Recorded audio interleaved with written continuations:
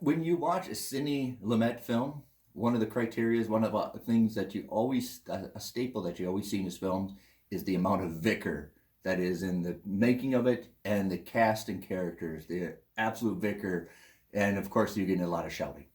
Yeah, so this is my third Sidney Lumet film. Okay. After Serpico and The Wiz. And one thing I've noticed, just as being like something that's carried through, is he seems to be an actor's director. Yes. He's very focused on performance. He's very focused on how much emotion can I really pull out of him. So I'm sure he talked about to the cinematographer, how full can we get the screen? yes. There's a lot of people, and there's a lot of people that we don't even really know. Yeah. But I'm sure they have a purpose. And I understand, I get the irony before we start, that we're on a tube, and we're going to talk about the criteria of somebody preaching the obsessions of people watching tubes. Yes. So here we are with Network. Join us for Kyle and Nick on Film, where we're mad as hell, and we're going to discuss it with you.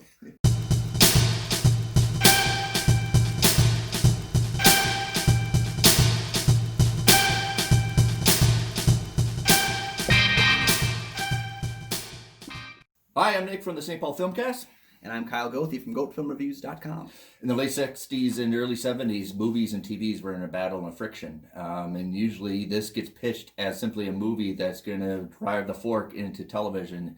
But Paddy Chayefsky weaves a tapestry of complex storylines into a network that's not so much a movie about just criticizing the media, but actually about power plays of what is on network.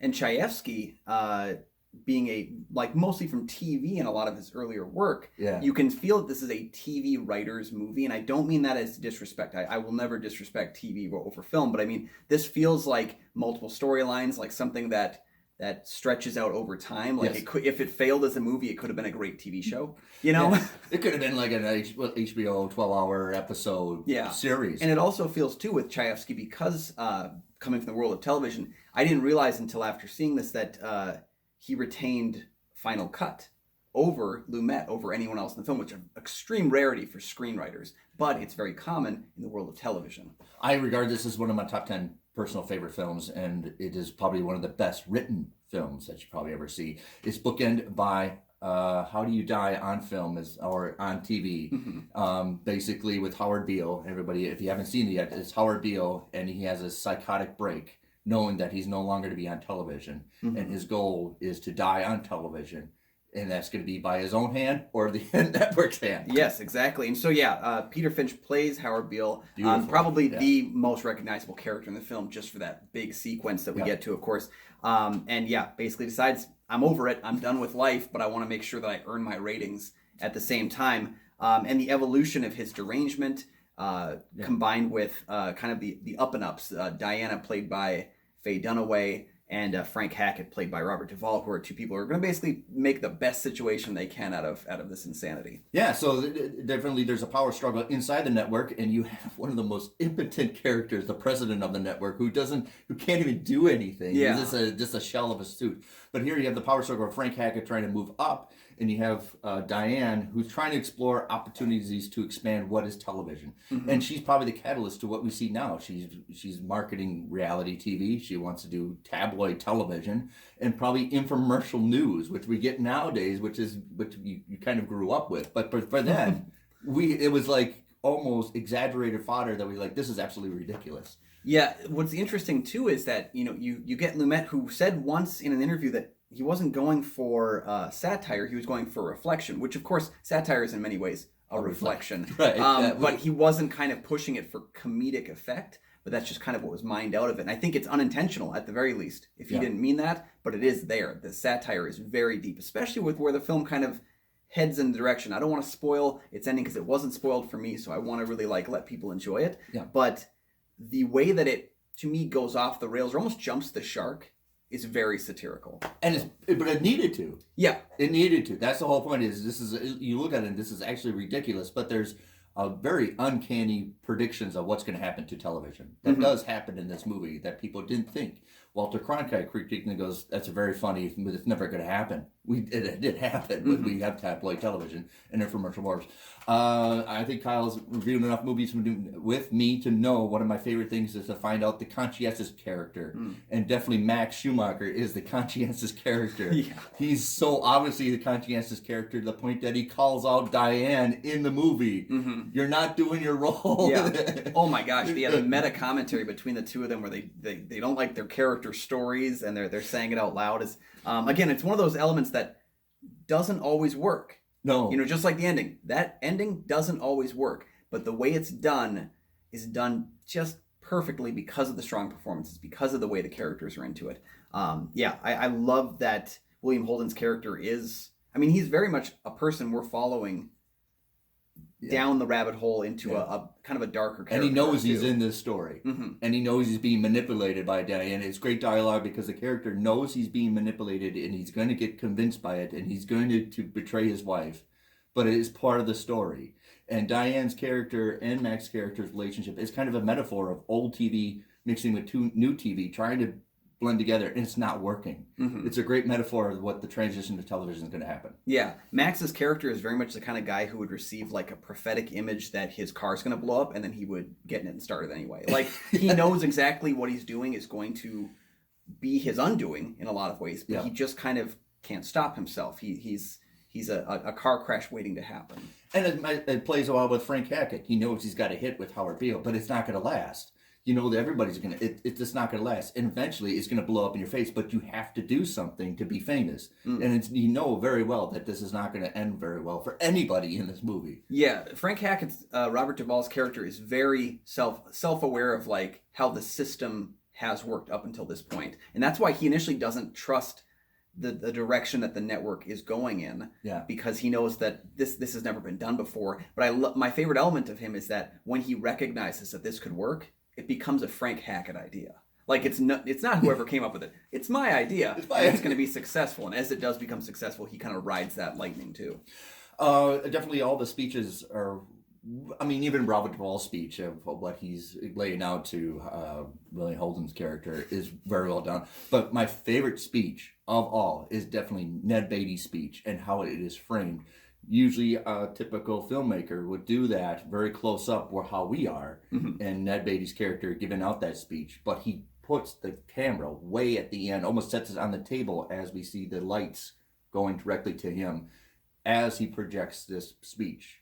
I thought it was wonderfully framed. It is the most interesting framed silhouette that you could see in the film. Well, and it's one of the more unique shots in a very almost documentary style cinematography work from Warren Roisman. We don't get a lot of flashy cinematography in the film. It's done very much similar to like All the President's Men and kind of spotlight like these like a courtroom drama molded into a network or newspaper kind of aspect. Which we get a lot in the 70s, an emerge of this very, make it look documentary style, make it look like we're seeing it as it happens. Yeah. And those kind of elements too were apparent in things like Zodiac, which we talked about before, where you set up the camera, you get the performances because that's where you're winning. And that's another element too of doing less expensive filmmaking. You can get your actors, which is why intentionally Ned Beatty's character intentionally sets up the atmosphere for it.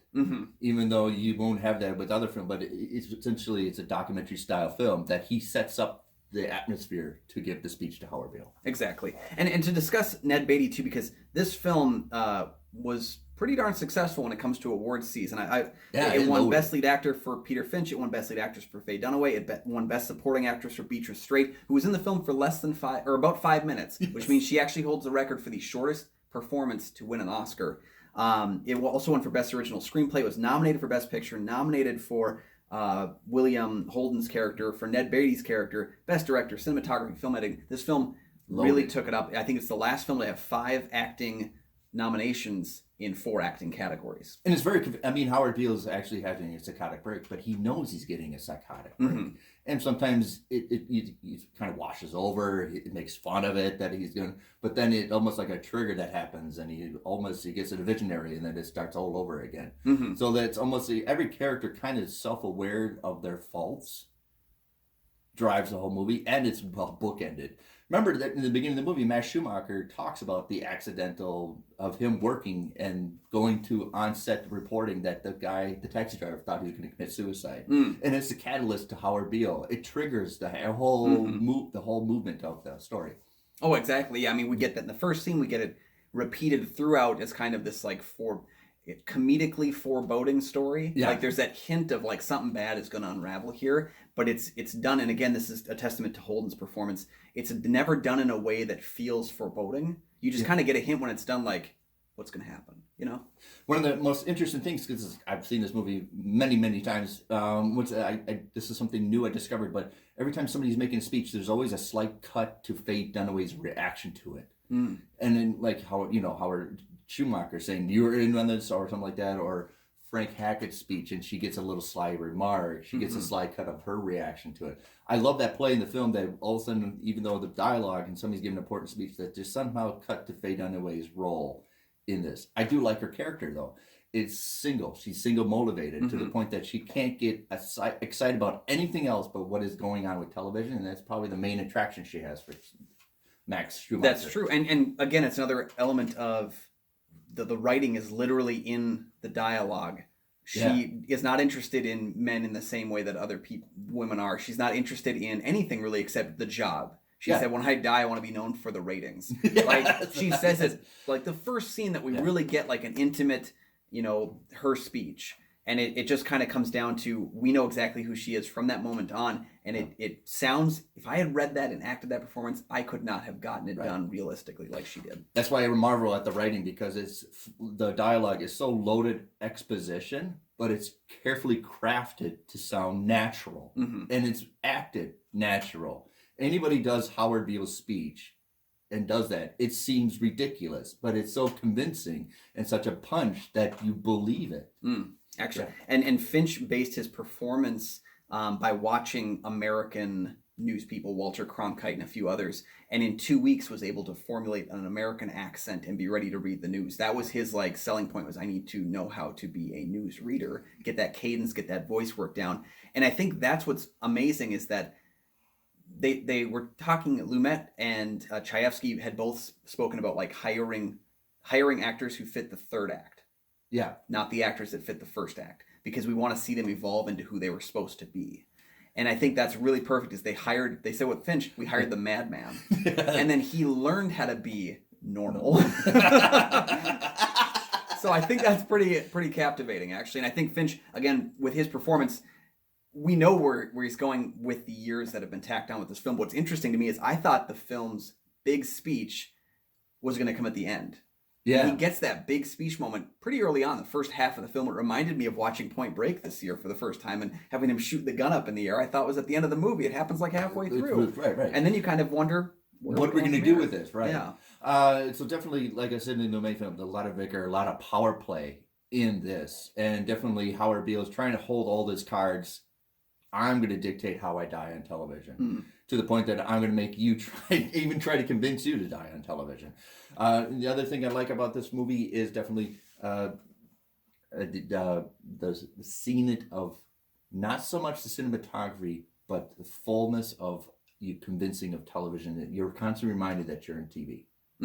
So even when like Diane has a talking with her crew, there's television set up everywhere. It's almost like a frame, like a television. Like you said, that's part of Patty Chayefsky's background of working on television. That this is actually looked like it could have been just a TV show, not really much of a movie. Yeah, it felt to me almost like a stage play. And in fact, the film was adapted as a stage production later on.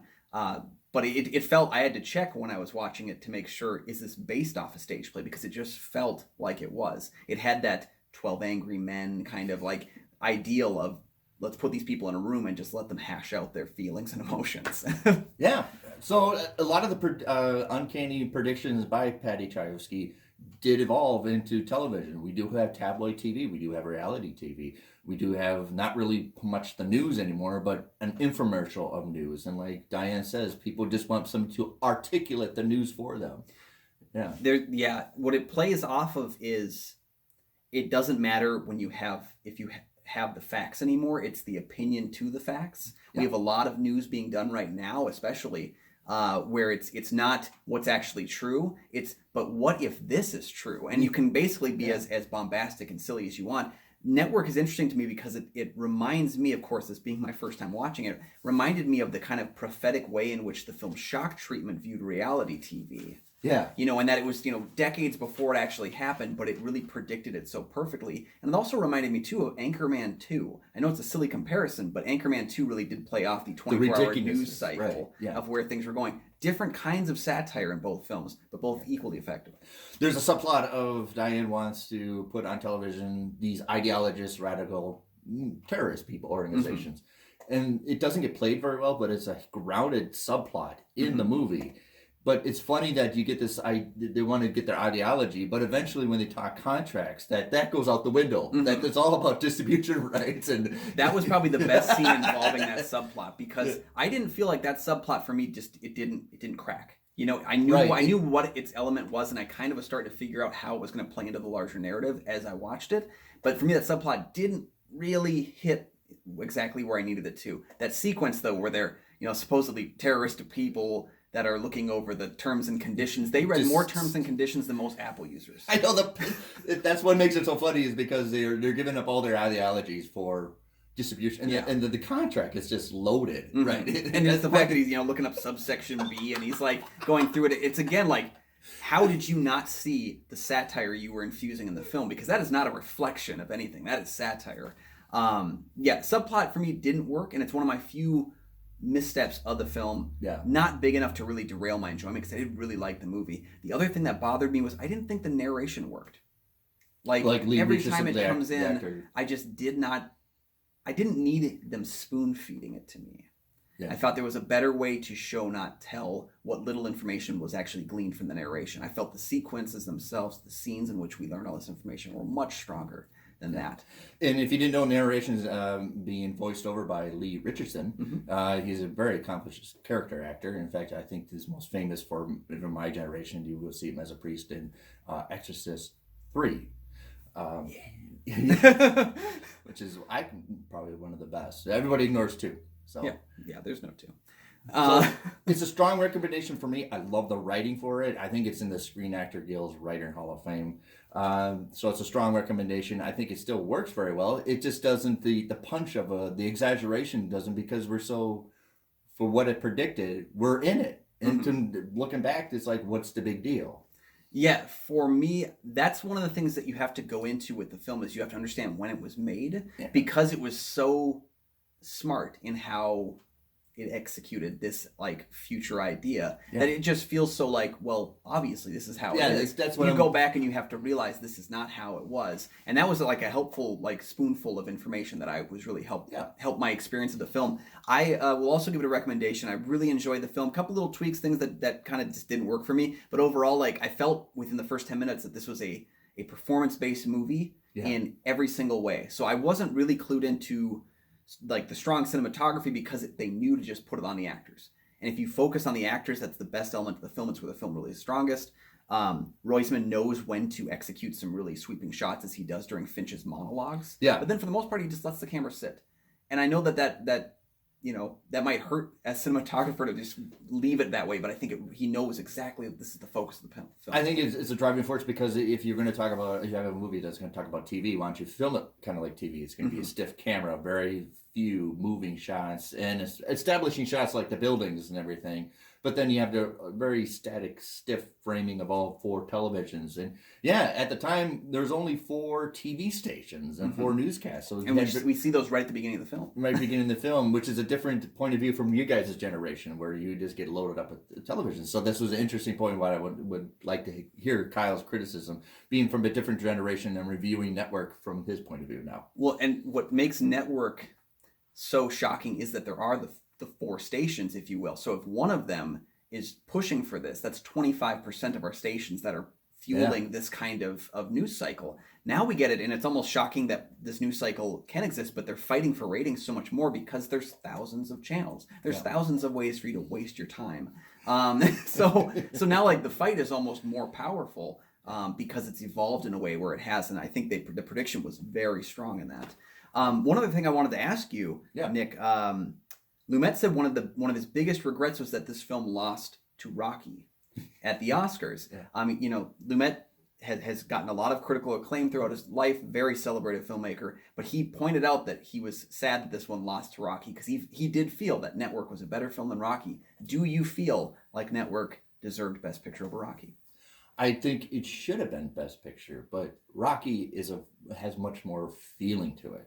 You get much more of emotional a connection to it. I think Network's far more well-crafted script, but here when we talk movies, plot is something that's not the overall driving force of a movie. You have to have mood, tone, and style, and I think Rocky excels in all three of those categories, where the writing, acting, and crafting a movie, Network wins.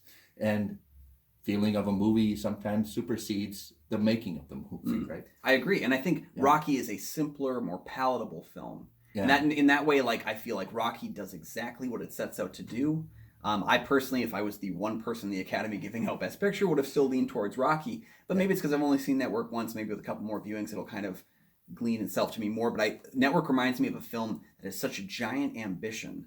Yeah. In a way that ambition may not work for everybody. Yeah. The film holds up 91% of Rotten Tomatoes, but I do feel like there are those, it really swings for the fences, and it may not work for everybody. Yeah. It does thankfully work for a lot of people, though. So. The other point of view I like to establish is like in 1976, America was in a devastating recession. Politics was horrible. It was really looking awful. And here comes Rocky with kind of a positive outlook of things. Network does not have that. And Network is kind of more of a reflection of what is going on, and almost a staple like of fear of dread. Or Rocky is, you can relate to it. It's a little more intimacy, a little more of a champion, and let's get back to what we used to be. Absolutely. Yeah.